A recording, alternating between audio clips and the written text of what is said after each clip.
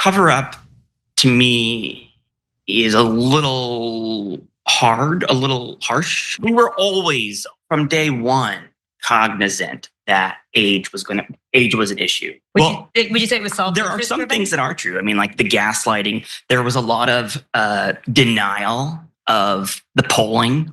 And I will use the term gaslight because that's what they were doing, the campaign, former colleagues.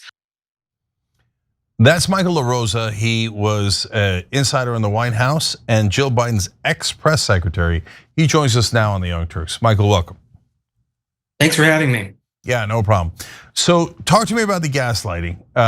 So we started talking about it on the Young Turks almost 2 years ago. And we said it was gaslighting, and everybody inside the White House said no way, and they got all of mainstream media to say no way. How much did people inside the White House know about Biden's cognitive decline? Yeah, and I want to be really clear about the sound that you played, because it was a mixture of talking about mental decline and sort of gaslighting, which I was referring to was what you were talking about 2 years ago, I presume, was that he was polling behind and they kept gaslighting about the polling and everything is fine, or that age wasn't an issue, things like that. Even 2 years ago, I was saying, I don't know why we are, if we are running a re-election campaign with the democracy is at stake, why we are trashing journalism, we are trashing the polls, we are trashing anybody who covers, talks, or tweets about a poll, anybody who talks about age. It was a problem. It was a problem because not one poll, but every poll said it was a problem. I was all for the president running for re-election. I was really unsettled by what they were saying and doing outside of closed doors, which was to sort of deny the data, deny the journalism, and deny the public sentiment about how they felt about the president's age and their support for him. Yeah, so those are two different issues. So let's take them one by one. Sure. So on how they treated the press, that's really interesting because my sense of the press is that they're very willing conspirators with the establishment of both parties, but certainly the Biden team. I felt like the press was gaslighting the country on behalf of Joe Biden, but so I guess my question is, did the press ever push back? I mean, so they yell about, oh no, don't believe in poll numbers. And the press was like, okay, yes, sir, absolutely, sir? Or were they like, what are you talking about? Because we couldn't see the press pushing back at all for the great majority, until the debate, for the great majority of the Biden administration. Yeah, a couple things. The culture there was such it operated as if Biden was operating from a bunker. The whole team was operating out of a bunker every day since we walked into the White House. And I never understood it because there was so much goodwill that he had with the media, had with the press coming off of Donald Trump. But they were very hostile and very suspicious of all journalism, all journalists. And they were they did bully a lot of journalists. And I think they would tell you that now. They wouldn't have told you at the time. Hard to say if the press was a co-conspirator. I don't know, because they did ask questions and they did raise concerns. There are people like Peter Baker of the New York Times and Annie Linsky of the Wall Street Journal who were doing pretty aggressive journalism. Matt Visor of the Washington Post. There were a lot of David Ignatius, I would even say. I mean, there were a lot of people who did defy them, probably paid prices in terms of access and things like that. Yeah, so let's talk about that. How do you bully the press? What do you threaten? Well, look, there were a lot of ways. I mean, I thought it was weird that they only did interviews for quote approval. There was this thing in Biden world about quote approval. Everything had to be on quote approval. So you talk to a reporter, but like one person decides what the reporter can use, what quotes they can use. There was weird things like that. I mean, you saw them get caught trying to script questions to radio reporters that summer or summer of 2024. It was very reminiscent to me of being on the campaign in 2020, where these young press staffers in these states like New Hampshire or Iowa or Nevada, they were sort of like dog trained to make the questions conditional for interviews. And I said to them, please never ask the journalist for the questions ahead of time. You can always ask about the topics, but do not ask them for the questions for Dr. Biden. And they said, well, that's what, the other side tells us to do for him. I said, that's okay, fine. That's their problem. My job was to protect my boss, and they could handle we call it the boys side. The boys team could do their thing with regard to prepping him for interviews. But I did not want, I knew from being a former producer at NBC, having long relationships in the press, that was just like 101. It was really unethical to be doing that. But these young kids are really taught to make that a part of their sort of pre-screening for interviews. Yeah. It's amazing to me that no one in the press complained about it. Well, I kind of always wondered that myself. Like, why didn't any of these reporters, even in New Hampshire and some of these small town papers or local news, like, why didn't anybody ever say anything? I thought it was so weird at the time, but it was my first presidential campaign. I'm thinking, okay, maybe these people know better than I do. But no, it was just, I learned over the course of the next 4 years, and I learned a lot last summer, just how bad their instincts actually are, and how their instincts really didn't serve the president very well, because no matter how hostile they were or how punitive they were to the reporters covering Biden, his press coverage never improved. In fact, it only got worse. And by the time they really needed the benefit of the doubt, the press was long gone. As you said, after the debate, it was, no holds bar. The press was just not taking their foot off the gas on them. They didn't get any grace at that point. Yeah. So how effective was it to threaten access? Did that basically scare the hell out of them? And was that one of the main tools that was used? Yeah, and for me, I kind of didn't understand that from. Well, I mean, I understand why the reporters wanted access, right? But he wasn't really a president who was always driving the news on his own, unless he was making a mistake.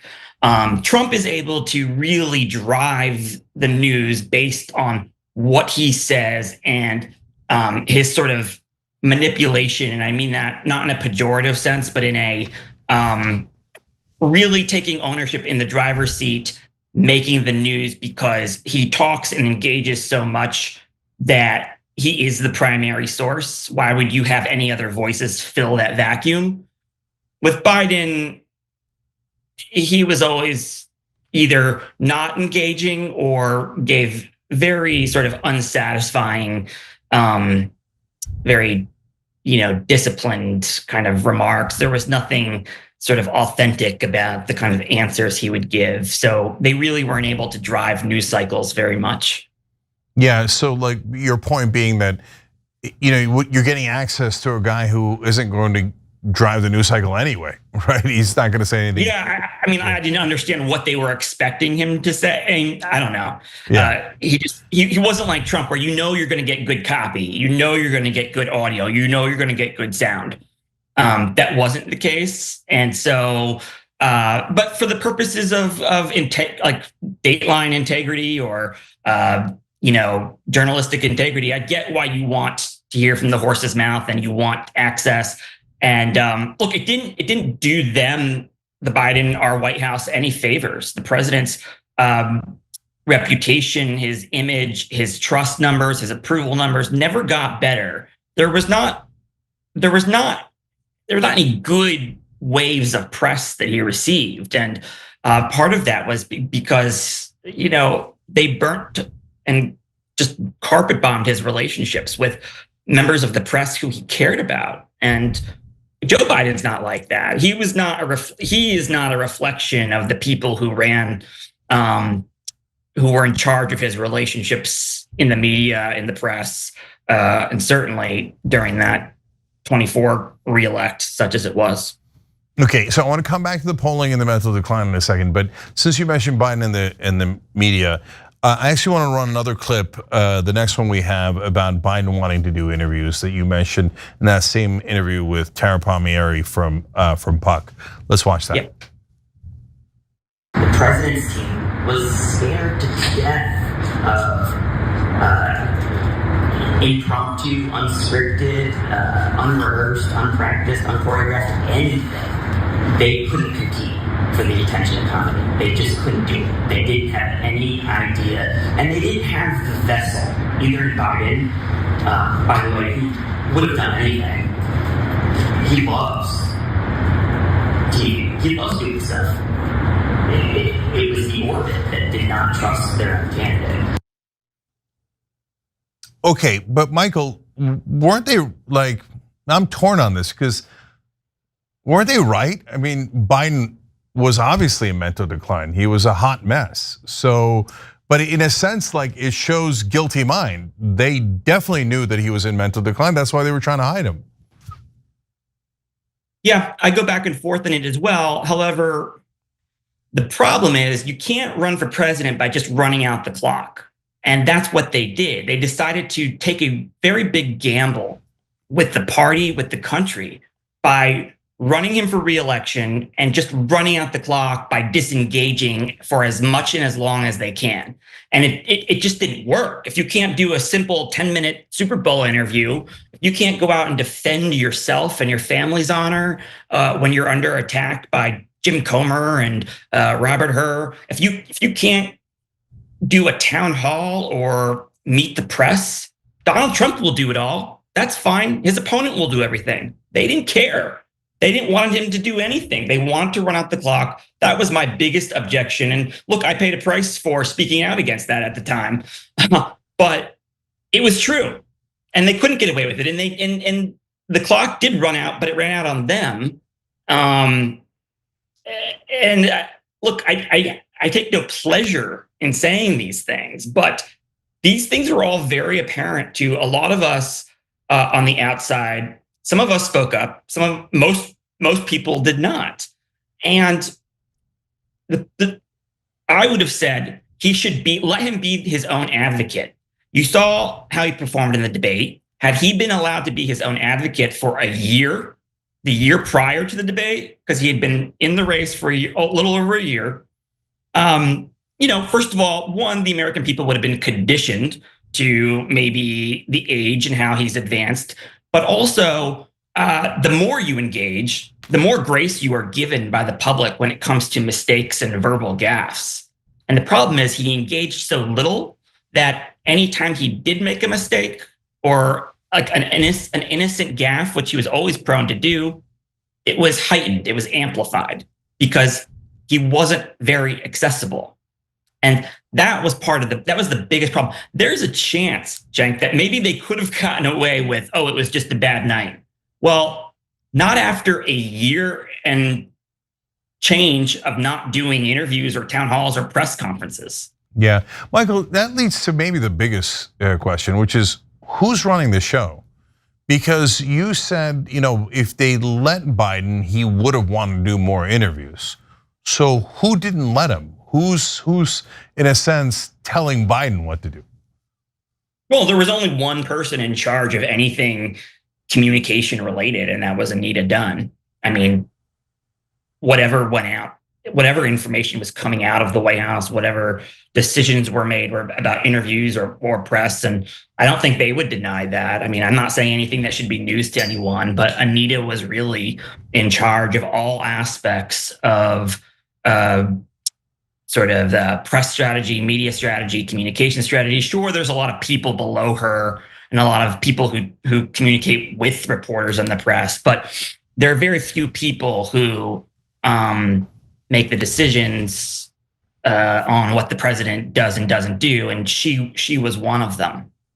Yeah, so that goes to the original sin, which is if you think you have a candidate who can't even defend himself or make his own case, then that person shouldn't be running.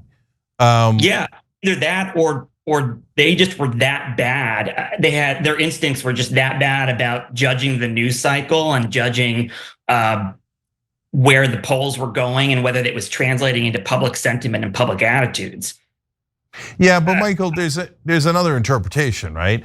Like, yeah, maybe one interpretation is, and we'll get to the polls in 1 second, but you're in the 30s and you think somehow miraculously by not doing interviews, you're gonna get into the 50s and win the race. But Anita Dunn is not a dumb person. I don't think anybody working at the White House was a dumb person. I don't believe that they believe that at all. I believe that they, like, so what's the end game here? Was the end game just, hey, more power for themselves? Because why run the person? Why don't you say, hey, Joe, we love you, brother, and we had a great run, and you were an incredible transition, and you beat Trump, and they're gonna build statues of you, but we've gotta run someone else. Why was no one willing to have that conversation? You know what? You sound just like somebody, a very wealthy donor who came up to the first lady and said the very same thing in the summer of 2022. And it was sort of jarring for her to hear from somebody. It's a great question. I don't know. Maybe someday we'll hear about the inner circle and what went through their minds. I do think there were a couple things that were that they misjudged. One was the mandate that we had. People tend to forget that when we won the election in 2020, we also lost 13 seats in the House. That did not make life easier. And I think the midterm elections, you have to think about it this way. This was a group that felt like they got the short end of the straw, that people were constantly underestimating them, constantly doubting him in the primary, in the general, bringing back bipartisanship, getting anything done with the other side, passing legislation, the midterms. They all felt like he was always going to defy political gravity and keep defying the odds. So there was a natural chip on the shoulder of some of these people and a, go pound sand attitude towards the press.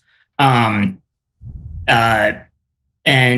so that fed into a lot of it. But, the more you have the family where the more people publicly are suggesting he shouldn't or encouraging him not to run, the more of that in 2022, the more they doubled down and said, of course, we're going to do this. We were doubted before. We were doubted 4 years ago, oldest candidate 4 years ago. And then the midterms happened. There was this historic Democratic overperformance, and they kind of sort of misread the results of that election.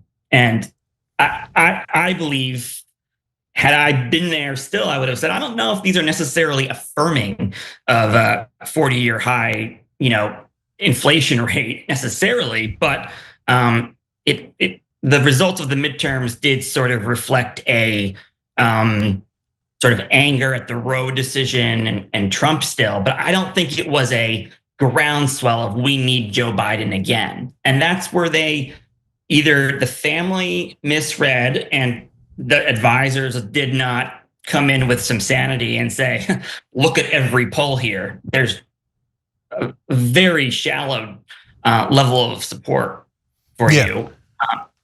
Other than that, I don't know what was in it for anybody else, but intense loyalty to Joe Biden. Yeah, so I want to come back to Joe Biden's ego in a second, but yeah, to the polling. So look, he's losing Latinos, he's losing young people, and we're sitting, and this is again 2 years ago. We're looking at these numbers, and they're an absolute train wreck. But to me, the biggest one was approval rating. I probably said it on the show hundreds of times. He's in the mid-30s. When you're an incumbent, the rule in politics is that if you're in the 40s, you're toast. If you're in the 30s, well, it's nearly unprecedented to win. So is it just complete and utter denial that oh no, we're going to pull off the one miracle that no one has ever pulled off before of rising up from the mid-30s in a matter of a year and winning the election? Or do they not understand politics? I mean, I'm just blown away by that. You said they're all smart. I didn't. No, I mean, and they are, most of them are smart, just exceedingly loyal to a fault. But look, they saw Macron get elected with 36%.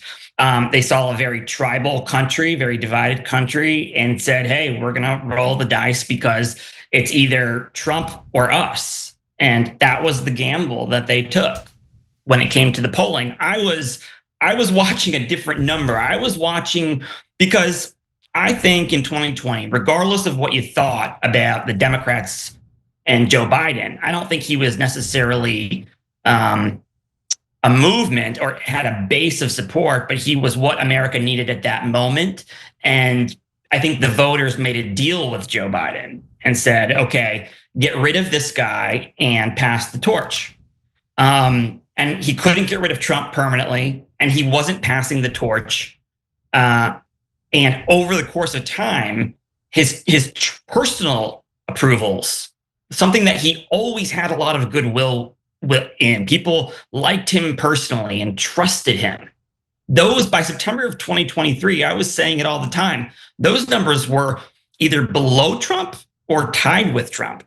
And that was scary to me. His personal approvals and his personal goodwill was completely underwater and going in the very wrong direction in every poll. Yeah, you said something really interesting there. The gamble that they took was that it was them versus Trump and that they might be able to pull it off. So when I hear that, what I hear is that talk of, oh, Donald Trump is an existential threat to democracy and to America. Either they didn't mean it at all and it was just total BS rhetoric, or they knew it and they thought, so what? Let's gamble the whole country, let's gamble democracy and the Constitution on Joe Biden's ego. So which one do you think it was? Probably all of the above. I mean, I think they probably genuinely, I mean, this was a crowd that really did believe their own, they did drink their own Kool-Aid. I mean, they believed that the soul of the nation message was the winning message. And like, they believed that the democracy message was what people went out and voted for in the midterms. And I'm thinking, like, you gotta be kidding me. Like, I don't know who is sitting around their kitchen table in where I'm from in Bethlehem, Pennsylvania, or Easton, Pennsylvania, talking about democracy. Nobody's doing that. And so I never understood it, but they truly believed it, and that's what they went with. It's hard to say that their motives. I don't want to think that they had bad motives. But the decision to run was never a decision. It was just an environment that we lived in when we walked into the White House. He was always going to run. There was never a decision to make. It was decided after he won the nomination that this was for 8 years, not 4. So, Michael, you talked about that in the Puck interview too, and I found that really interesting because, so first of all, passing the torch. Look, I'll be harsher than you, and I'm curious what your take is, but to me, based on what you're saying, was an obvious lie. They never meant to pass the torch, and I would say that they wanted to stay in power, and not just for the sake of Joe Biden. They wanted to stay in power for their own sake. So that was just a BS line that they gave people. And they didn't care that Biden was, in his 80s, and they didn't care if he was in mental decline. They were super power hungry, and from day one, they always wanted to stay in. Yeah, well, I mean, so a couple things. I don't think any president runs for. I mean, the line was nobody runs for president for 4 years, and I believe that's genuinely true. Like, that's true. That's the truth. And the fact that Cenk, that he was very productive and effective and accomplished in his first 2 years. He earned the right to run for reelection. That said, you have to run for reelection. It's not, you're not entitled to incumbency. You have to earn it. And like, in my opinion, they were just trying to run out the clock. And that was an unfair risk to take. Power, look, we're in politics. Both sides are power hungry. We both want power because that is the key to governing and to moving your interests and our party's interests and our value systems. Like that, you need power in order to do that. Yeah, but you said something else there, Michael, that I found interesting, because you said that you were talking about passing some policy and they said it was for the second term. Your boss said that, and it was really early on in his term. So, but again, to me, that says they didn't really intend to pass half the things that Biden, I mean, if I'm being generous, half the things that Biden said on the campaign trail. They're like, yeah, we're gonna maybe do that in a second term if we get one. But isn't that also, I mean, that's not what they were saying publicly at all. Well, look, I do give them some grace, I guess, in the sense that all politicians campaign in poetry and you govern in prose. I don't know if we expect it to win and lose as many seats as we did in the House of Representatives. That was pretty astonishing too. He didn't have a lot of coattails, it seemed. So there are a lot of things that can be true at once. The line that he was going to be a bridge. Look, I think everybody interpreted that to mean one thing in March of 2020. Some of us interpreted it to mean he was going to be a bridge when he was done, when he was ready to be the bridge, because he never really said explicitly that he was going to do one term. Yeah, that's convenient. Yep. Okay, so I want to show you a clip from Karine Jean-Pierre reacting to, I don't know that she was reacting to you in particular, but certainly to critics, and then get your thoughts on it. Let's watch that. Personally, I think what was the toughest thing to see in the 3 weeks was there was a disconnect for me. What was happening with leadership in the Democratic Party and how it was truly, as my former colleague, communications director Ben LeBolt said, it was a firing squad, and I had never seen anything like it before. I'd never seen a party do that in the way that they did, and it was hurtful and sad to see that happening. A firing squad around a person who I believe was a true patriot. It was truly, truly unfortunate, and I think it hurt us more than I think folks realized. Yeah, Michael, as I watch that, I think that is so unbelievably self-indulgent. That, oh, you're being hurtful to me and to Joe Biden. Yeah, but you said democracy's on the line, right? So why do I care about your feelings? What is that? So, all right, yeah. I'm curious about your reaction. No, I mean, look, I love Karine. She was a friend. I consider her a friend. I don't know if I still am. I consider her a friend. I always have. But that is really reflective of the alternate universe they were living in. A couple things to what she said. Circular firing squad. Well, I bet it felt that way. I bet. But what they don't understand is that debate was the end of a conversation for the rest of the Democratic Party.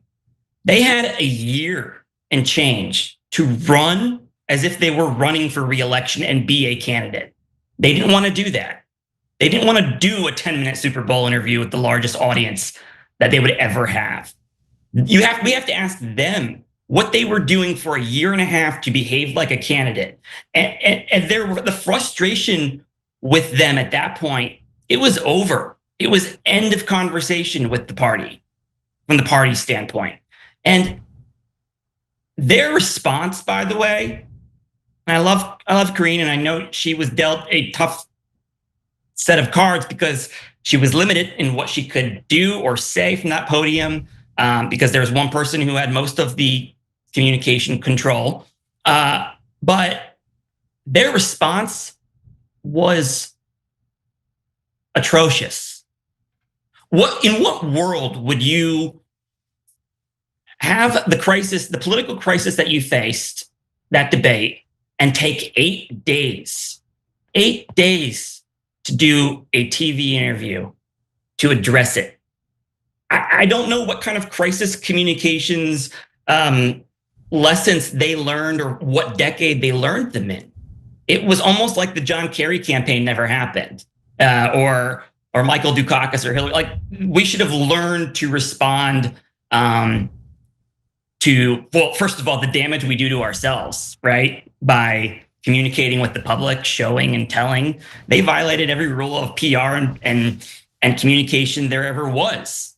It was embarrassing. And the members of Congress were frustrated. Their response was so clumsy. They sent a BCC letter, a letter from the president BCing members of Congress on email. He didn't even go to them and ask for their support, for their continued support. He didn't even have they didn't even send him to the Capitol. He sent staff. Yeah. Members of Congress of the Democratic Party were beyond offended. Like, beyond offended. They lost confidence in him as a candidate, and they certainly lost confidence in that team around him, not just because of what happened in the debate, but because how they responded to it, how they responded when they were down was stunning. Yeah. That they weren't out there trying to fix this publicly right away. That he was still giving scripted text teleprompter readings to us, and or they were doing an Annie Leibovitz shoot. I mean, I don't know what was going through their minds. Yeah, but it kind of feels like it's kind of obvious what was going through their minds, Michael, to be honest. So look, there's throughout the interview, you're seeing a culture of compliance that we're talking about, where Karine Jean-Pierre is like, well, I don't understand why you're not complying. Shut up and comply. You're hurting my feelings by not complying. And yeah. Right? And Congress, well, yeah, we're gonna send you an email and you comply. And that's because the Democratic Party has built this enormous culture of obedience and compliance to leadership. And it was, massively counterproductive here. But in terms of why Anita Dunn and others were withholding Biden, whether it was the 8 days or talking to Congress or doing the Super Bowl interview, come on, Michael. They knew he was in mental decline. That's the only reason why you would hold back a presidential candidate, especially from the Super Bowl interview. So, I mean, are they all still to this day pretending that he was not in mental decline and that they didn't know that? They obviously knew it. I don't know what they did know and didn't know. And by the way, I want to be clear, I've always been consistent. I didn't have that experience with him in the 3 years that I worked for them and traveled in that bubble, around the world, around the country. I've been in there, spent time with them in their homes in Delaware, at Camp David, at the White House. I never experienced him being in any sort of mental decline. Now, I left at the end of 2022. All right. So, and I'm not a doctor, I'm not an age expert, but certainly the argument that he was in mental decline can't be negated because he was out there showing us differently. He wasn't. They took the opposite approach. That was what my beef was that they were not running him like a candidate. And if true, if what you're saying is true, then that's a bigger story than any story we've seen in our lifetime. But I don't know how you prove something like that. But isn't the proof in the pudding that if you don't put out your candidate when you're running for president, you're worried about what he's going to say and how he's going to look? I mean, what other potential explanation is there for hiding your candidate? I mean, unless you always thought Joe Biden was a disaster and should never be running for any office, and that's why he couldn't possibly do an interview, and you want to hide him out of embarrassment. But they didn't think that his whole career. They only thought that in this run. So is there any other explanation than they thought he's in massive mental decline and we can't let him talk to anyone, otherwise people will find out? I don't think that it was that they thought he was in mental decline. I think that they just thought he probably wasn't up to the task of communicating in a way that would show he was a candidate that could match the opponent when it comes to communication, when it comes to making an argument, when it comes to defending your record, when it comes to fighting and going on offense. I'm sure they doubted that he could do those things. Yeah, That's always been my problem, is that they ran somebody who they didn't actually intend to run. Yeah. And look, that's the responsibility of staff. If you can't tell the boss, there's plenty of people in Washington who will tell you what you want to hear. But if you can't tell them the truth, what good are you? Yeah. So that leads us to the final part here, which is Joe and yes, Dr. Jill Biden. So their staff is maybe doing puffery but if I'm the president and they tell me, hey, don't do the Super Bowl interview, I'd be like, what are you talking about? That's the easiest interview with the biggest audience. It's obvious political malpractice not to do the Super Bowl interview. I tell him, get out of the way, I'm doing it. So is he in charge or is he not in charge? And B, when you don't notice that you're flubbing all your lines and that your team is hiding you from the press. Look, my sense of it, Michael, is that Joe Biden is a giant egomaniac. And to your point, yeah, I know people seek power. People who are in politics are generally, you didn't say narcissist, I'll say it. And Jill, why did she? I mean, if that's my family member, I'm not going to have them embarrassed like that. But she seemed to be encouraging him all along. Don't worry about it. Keep going. So aren't they ultimately the most responsible for this disaster? Well, no, I try to draw this line like it is the job of his spouse and his kids, his sister and his family to support him and encourage him. It is the political professionals who have a debt and responsibility to working for the leader of the Democratic Party. You have a responsibility to the entire party. And they did those whoever was advising him and whoever was with, because that's how things work there. It's a group makes a decision, they make the recommendation, and the boss goes with it. And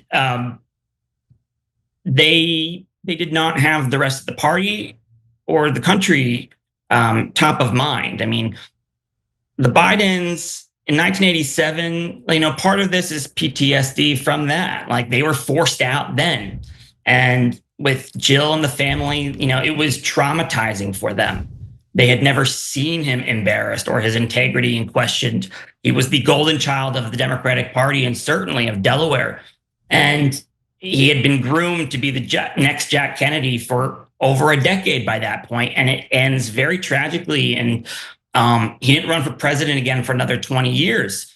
And, Obama basically pushed him out twice of 16. And there was a lot of stubbornness there. But again, it part of it is like they thought he could defy political gravity because he kept doing it. And there wasn't anybody within the circle willing to, I don't know. I mean, look, I think the biggest, the starkest part of this story is the reporting I saw about Jack Reed, and a senator who is very quiet, doesn't make waves, doesn't create drama, doesn't seek attention, but has known Joe Biden for 30 years, has served with them. And he told the president's staff that they should take 2 neurological exams and release the results. And when Schumer told that to the president, he seemed stunned. He didn't even know Senator Reed had asked that. There's a big problem over there. I don't know who was in charge, but either the president, as Nancy Pelosi said, she was never that impressed with their political operation. I never was either, but I thought it was just me and I didn't know much. No, their instincts were just baffling and just way off. Yeah, well, I hear you, and I think that what you've said here is really interesting, and I think it's illuminating, and I'm really glad that you're speaking out, because in the old days, nobody would speak out.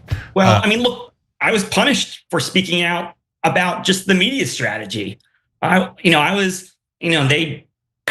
tried to make an example of me, and the White House did some hit piece on me with the Daily Mail, and it was really hurtful and it was really painful, and I lost a lot of friends who I loved dearly because I was saying things that other Democrats weren't willing to say, and it was never about his age. It was everything I'm talking to you about tonight.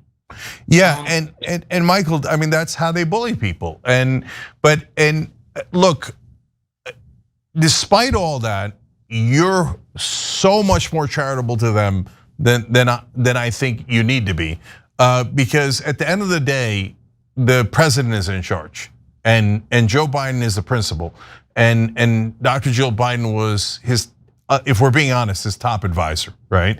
And so they both made a decision.